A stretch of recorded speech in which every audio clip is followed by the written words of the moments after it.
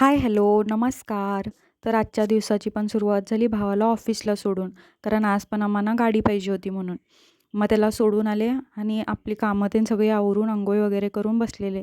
तेवढ्यात मम्मी म्हणाली, "बसून तर काय करतीस? पाऊस आलाय, माझी पायपुसणी वाळेनात म्हणून ते मशीन घे आणि शिवत बस" म्हणून कपडे घेऊन. ते कपडे कटिंग तर करून झाले, पण त्या मशिनीमध्ये मला दोराच वळता येईना. मग मम्मीची वाट बघितली आणि मम्मी आली तेवढ्यात ते करून दिली मला. मग ते करून झाल्यावर थोडं-थोडं शिवायला लागले.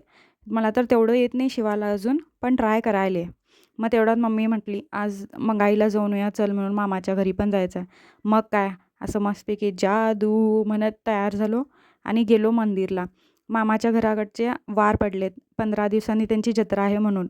मग मंदिरला जाऊन आले आणि मामाच्या घरी मस्त डोसे केलेले होते, ते खाल्ले. तेवढ्यात बाबा म्हणाले, "चल मला आपण मंदिरला घेऊन जाऊ." म्हणून आज 2दा मंदिरला जाऊन आले.